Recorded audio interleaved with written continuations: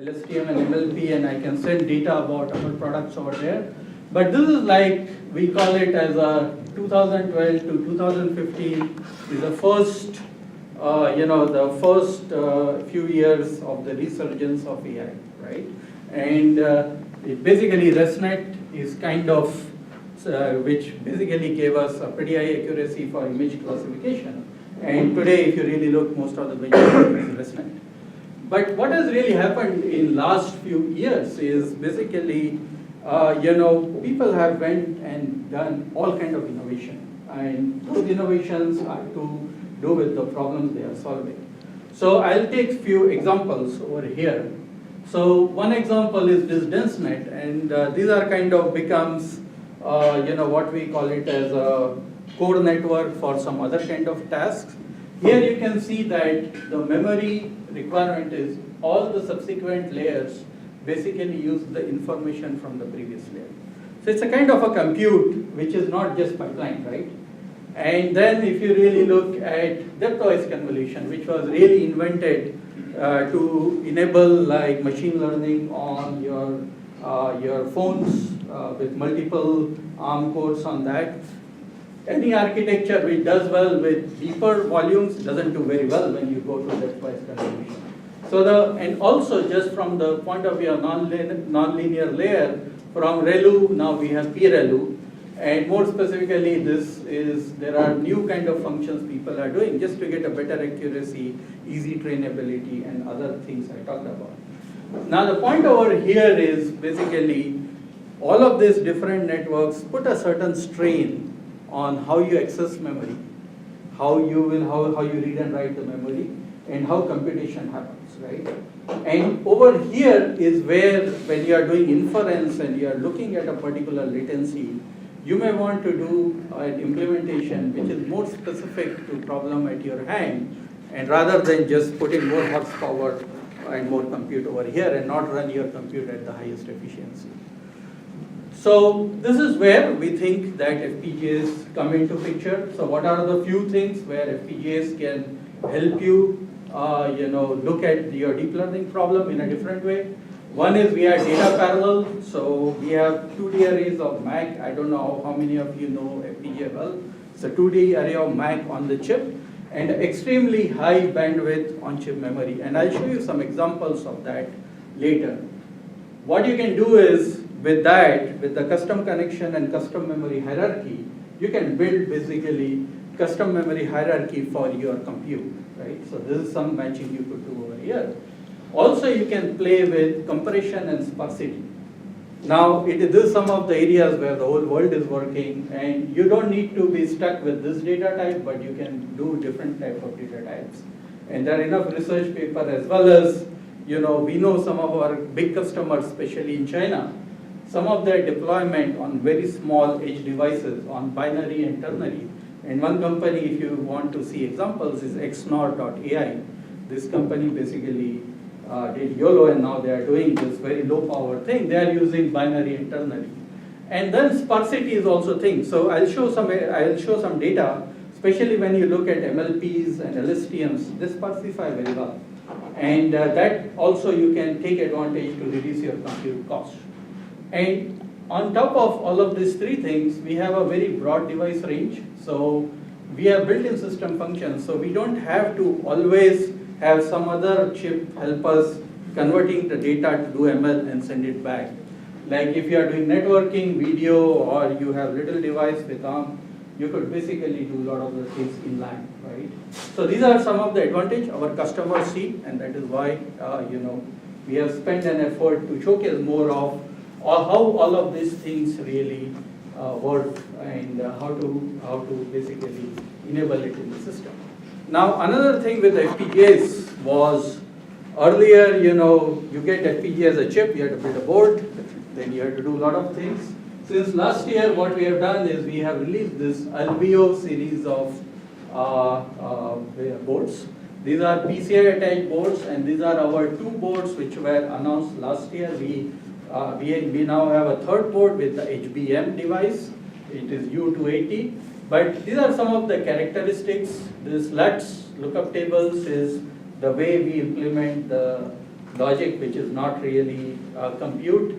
There is a lot of on-chip RAM, and I think this is something which you can take advantage of, because we know, like some of our implementations, we can put the whole ResNet. Some of our customers have done implementation. They put the whole ResNet 50 on the chip after compressing, and they could run it at the hundreds of microsecond level. So I think our customers have done. There is a lot of on-chip, bandwidth. Okay, and this is our GoogleNet benchmark. We can get around 3100 frames per second. I'll go a little bit over it on how we implemented and all that. And this is our bigger device. It's just, you can see that, it's just a bigger device. And the third device we have is more what we call it HBM device. So what changes over here the data on our, this both can take 4 DDRs, like it has around 80 gigabyte per second of bandwidth for external memory. You get to 480, and that basically helps in certain cases. So I think anytime you look at the spec sheet of a GPU, or for that matter CPU and anything, you are basically thrown at how many terops you can do per second, right? And I think that terops is pretty much limited, is also related to what kind of compute you are implementing. So for inference, typically we do 8-bit integer implementation, and for our V90 chip, it is the peak terop the chip can achieve is 17 with 8 precision. But if your models, which can go all the way to binarized, this particular chip can do 686 terops. So it's a matter of how much time you spend, and that is what we think that currently there's a lot of research happening in doing models, but we are already seeing that models like object detections using SSD YOLO have kind of reached a stage where they have stabilized, and we are seeing people are now starting to optimize with variable precision. Okay? The other thing is, we have a lot of on-chip memory, and when you move data between them, there is a lot of bandwidth. And you could see that if you can keep all your data on the chip, waits as well as activation, you could pretty much get 80 terabits per second, which is a very high bandwidth. And we for V37P, this is one of our devices, we have a lot of external memory as well, right? So really, we look at our memory hierarchy as 5 tiers of memory, and then you can build a custom memory hierarchy, right? So that's another thing. Now, I said all of this, and you will say, hey, I don't know how to program. You guys use RTL, VHDL, and Verilog. I don't have a bench strength in doing it. All of this looks like, but how will I solve our problem? How will I solve my problem, right? I want to basically take a board, load it up, give it to the customer, start doing machine learning inference, and that's what we want. So what we did is, we basically identified the problem, and what we did is, custom overlays on top of our fabric, right? So that way what happens is all of these overlays are what there is a current trend of calling domain-specific architecture.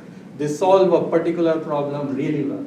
We looked at CNN, we looked at all the network, we looked at all the memory accesses they will do, and we defined what is known as XDNN for our bigger devices, and our smaller devices could not use the same algorithm, and we bought a company in China called DeFi, and they have a very powerful IP called DPU, DeFi DPU, which is very good for smaller device, 5 watt, lesser watt, 10 watts, those kind of a thing. Also, we have a solution, which is a programmable solution for LSTMs, as well as random forest, right? These are the 3 workloads we see a lot in the data center. MLP engines and some of these engines we are seeing our customers are using when they want to do inline kind of a processing. So what this is really doing is each of this problem, like CNN problem or LSTM problem or MLP problem, we have abstracted it out and provided an implementation which you can basically either write a microcode, there is a micro assembly language comes with it, or we have even built hooks to it to TensorFlow so that you can directly drive it from the TensorFlow. So that we have done. And what are the optimization techniques we use? So all the things I said, a lot of memory, on-chip memory. So we basically minimize the off-chip memory access and on-chip memory access. There are techniques we have put in there. We do pruning and compression, right? And also, we also play a lot with the numerical representation. So all of this combined, and I'll show you data a little later, gives us a fairly competitive solution.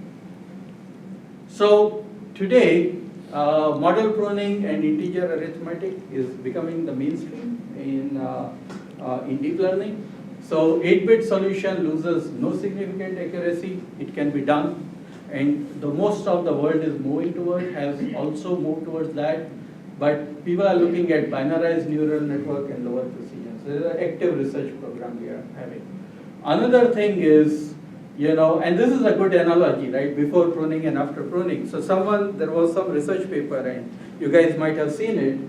If you really see, like the number of connection of a neuron during the lifetime of a human, they have most of the neurons when they are younger.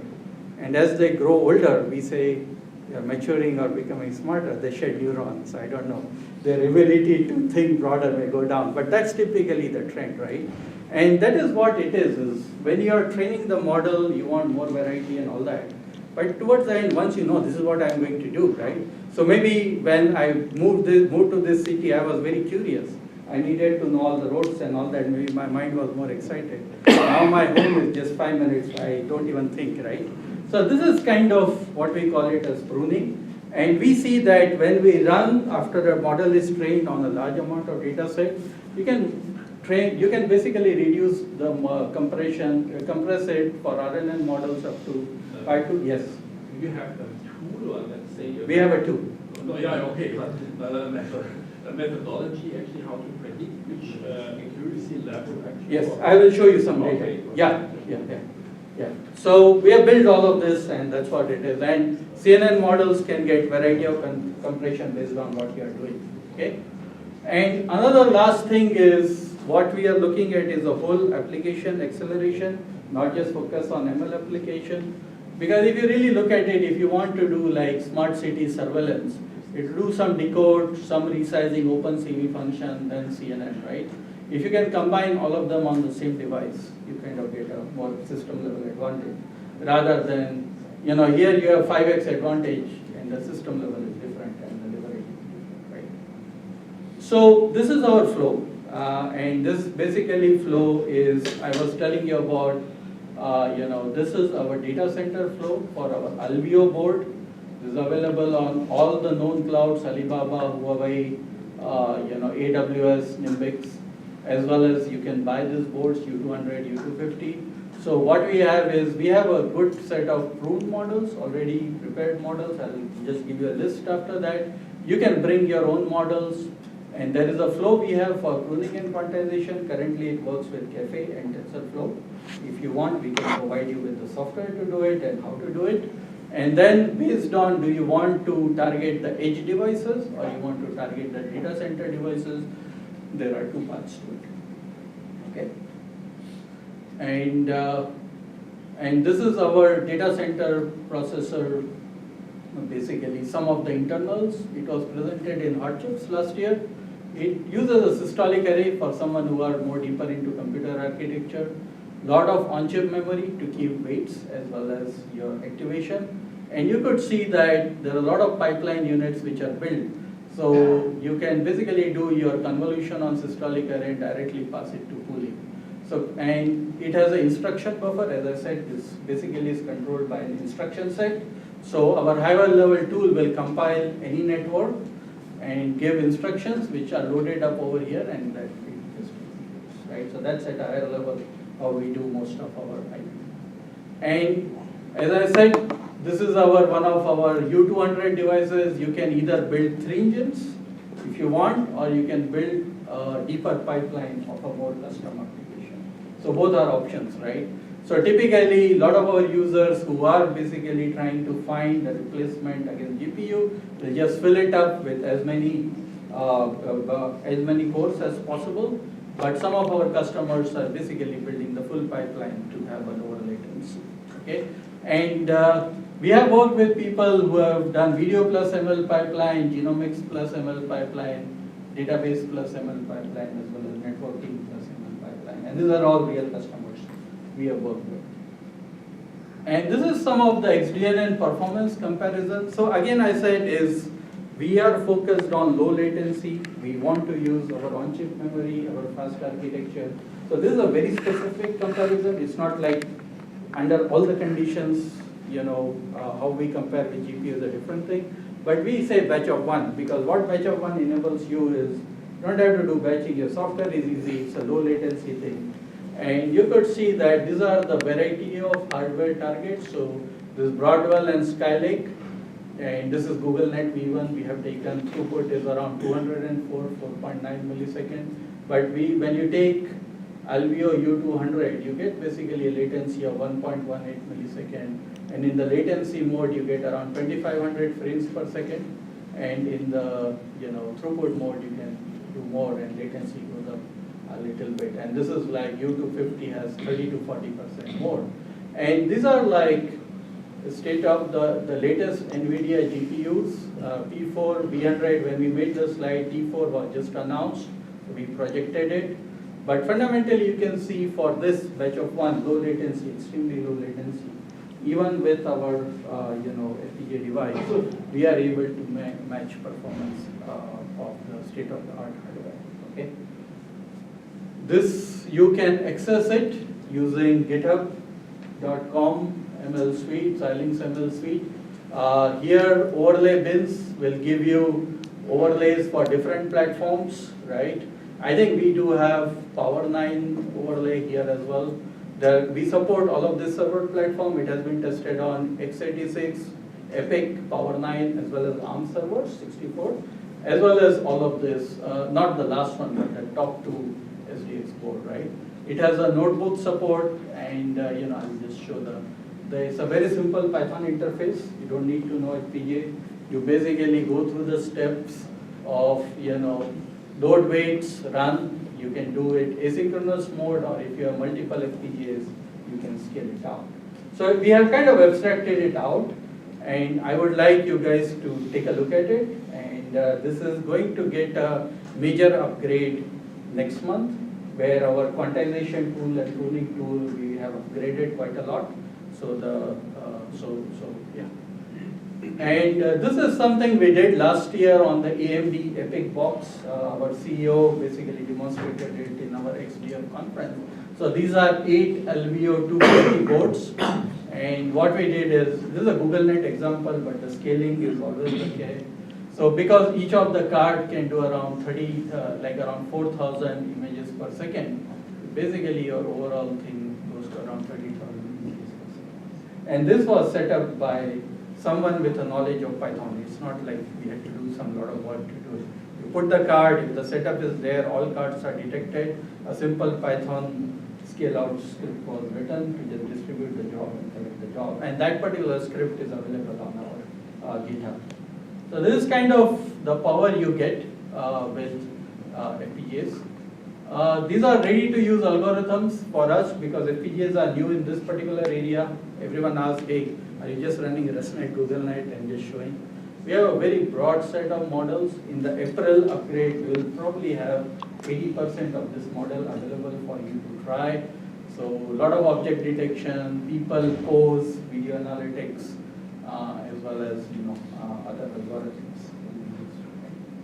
So I just wanted to, because I know you guys will get this presentation, I just put some numbers which I just got today morning. These are again, work in progress. Some of the projected means our accuracy is not there 100%.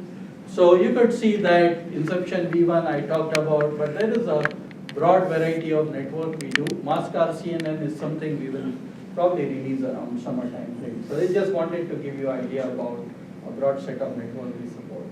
And this is the compression question which was asked earlier.